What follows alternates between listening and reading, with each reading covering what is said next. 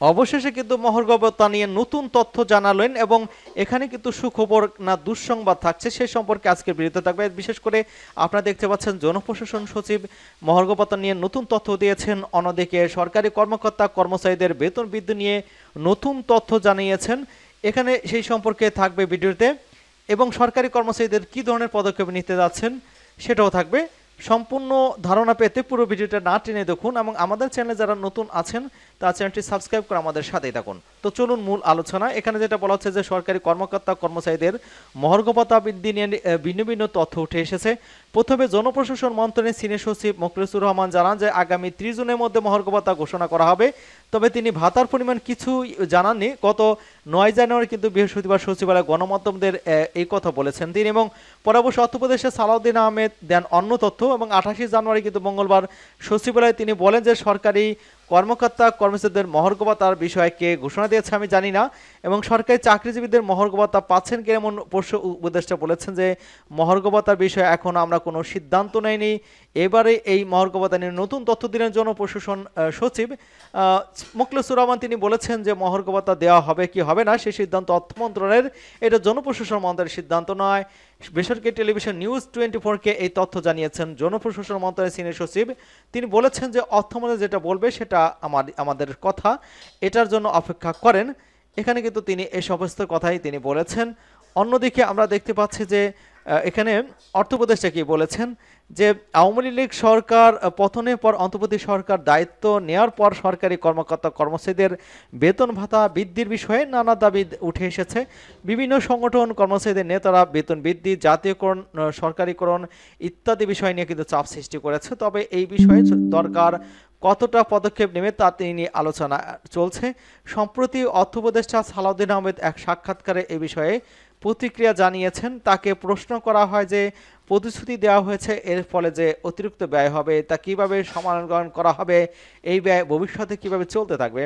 অর্থ উপদেষ্টা বলেছেন রাজনৈতিক সরকার থাকাকালীন এটি করা হয়নি, তবে এখন আমরা যে কিছু দিচ্ছি তা আসলে একেবারে অপ্রতুল। এই লোকেরা দীর্ঘকাল ধরেই বঞ্চিত ছিল। পে কমিশন দিয়ে আগামীতে বেতন বাড়ানো হবে, তবে বর্তমান পে স্কেল বা বেতন কাঠামো পরিবর্তন করা আমাদের কাজ নয়। রাজনৈতিক সরকার এ বিষয়ে সিদ্ধান্ত নেবে এবং এটি পে কমিশনের মাধ্যমে হবে। 2015 সালে পে কমিশন হয়েছিল।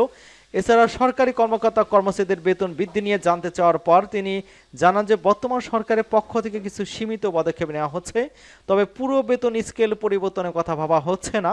এখন স্কুল কলেজের শিক্ষকদের ওভারটাইম বা অন্যান্য বিষয়ে খতিয়ে দেখার চেষ্টা চলছে তিনি উল্লেখ করেছেন। তিনি আরও বলেছেন যে সরকারি খাতের বরাদ্দ হবে না, বিশেষত শিক্ষা, স্বাস্থ্য এবং সমাজ কল্যাণ এবং আইসিটি খাতগুলোর জন্য বরাদ্দ অব্যাহত থাকবে। তিনি জানান যে দেশের অর্থদাতারা যেমন বিশ্বব্যাংক এবং আন্তর্জাতিক সংস্থা সরকার সরাসরি নির্দেশ দিয়েছে যে এই খাতে বরাদ্দ কমানো যাবে না, বরং এগুলোতে আরও সহায়তা পাওয়া যাবে। সব মিলিয়ে যদি সরকারি কর্মকর্তা কর্মচারীদের বেতন বৃদ্ধি নিয়ে কোনো বড় পরিবর্তন ঘটবে না, তবে কিছু সীমিত পদক্ষেপ নেওয়া হতে পারে সরকার, বিশেষ করে শিক্ষকদের জন্য। এখানে স্পষ্ট বলে দেওয়া হয়েছে শিক্ষকদের জন্য বিশেষ প্রণোদনা, বিশেষ সুবিধা দেওয়া হবে। তবে অন্যদিকে কিন্তু সরকারি কর্মচারীদের দাবি দেওয়া নিয়ে কিন্তু আগামী 7 ফেব্রুয়ারি কেন্দ্রীয় শহীদ মিনারের সামনে কিন্তু সমাবেশ করার ঘোষণা দিয়েছে, এবং 11 থেকে 20তম ফোরাম এবং সরকারি কর্মচারীদের উন্নয়ন সরকারি কর্মচারীদের মহাসমাবেশের আয়োজন করেছে তারা। এখানে সমকালীন শিরোনামে সরকারি চাকরিতে আপাতত বেতন মহার্ঘ ভাতা পাচ্ছেন না খবরটি বলা হচ্ছিল। সরকারি কর্মকর্তা কর্মচারী মহার্ঘ ভাতা পাচ্ছেন না মহার্ঘ ভাতা। জানুয়ারি থেকে এই ভাতা কার্যকরে যে প্রাথমিক সিদ্ধান্ত নেওয়া হয়েছিল, অর্থনীতির বর্তমান টালমাটাল পরিস্থিতি সেখান থেকে সরে এসেছে অন্তর্বর্তী সরকার। মহার্ঘ ভাতা বাস্তবায়ন হলে হ্রাস টানা যেত না মূল্যস্ফীতির সমাজে দেখা দিত বৈষম্য, এমন সংখ্যা কিন্তু সব মহল থেকে সরকারের এই উদ্যোগ নিয়ে সমালোচনা ঝড় উঠেছে।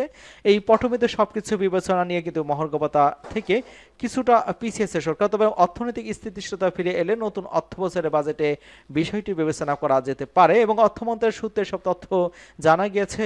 আজ 28 জানুয়ারি 25 তারিখ হতে কিন্তু অর্থ উপদেষ্টা বলেছেন যে মহার্ঘ ভাতার প্রদানের ঘোষণা তো সরকার দেয়নি, আমরা হানা কিছুই বলেনি। এই গত শনিবার কিন্তু জাতীয় প্রেস ক্লাবের সামনে সরকারি কর্মচারীদের মহার্ঘভাতা ফোরাম আয়োজিত প্রতিবাদ অবস্থান কর্মসূচিতে হুঁশিয়ারি দেন বক্তারা। আগামী 31 জানুয়ারির মধ্যে যদি মহার্ঘভাতা দেন ইচ্ছাত না পেলে কিন্তু 7 ফেব্রুয়ারি কেন্দ্রীয় শহীদ মিনারের সমাবেশের ঘোষণা দিয়েছিলেন সরকারি চাকরিজীবী ফোরাম। প্রতিবিধি অবস্থান কর্মসূচিতে বক্তারা অবিলম্বে বৈষম্যমুক্ত নম পে স্কেল দেওয়ার জন্য কমিশনে গঠনের দাবি জানাচ্ছেন এবং একই সঙ্গে কিন্তু কর্মচারীদের বেতন স্কেলের শেষ দাবি চলে গেছেন, তাদের বার্ষিক বেতন বৃদ্ধি চলমান রাখার আহ্বান জানানো হয়েছে। এই মানববন্ধন এখানে আসলে মানববন্ধন করা হয় এজন্যই যে নির্দিষ্ট দাবি জানানো হয়, যে পরিবর্তন আনার জন্য চাপ সৃষ্টি করা হয়। এক্ষেত্রে দেখা যাচ্ছে যে মহাসমাবেশ আপনার ব্যানার দেখতে পাচ্ছেন এবং 7টা দাবি যে রয়েছে এই 7টা দাবি নিয়ে কিন্তু তারা মাঠে নামছেন।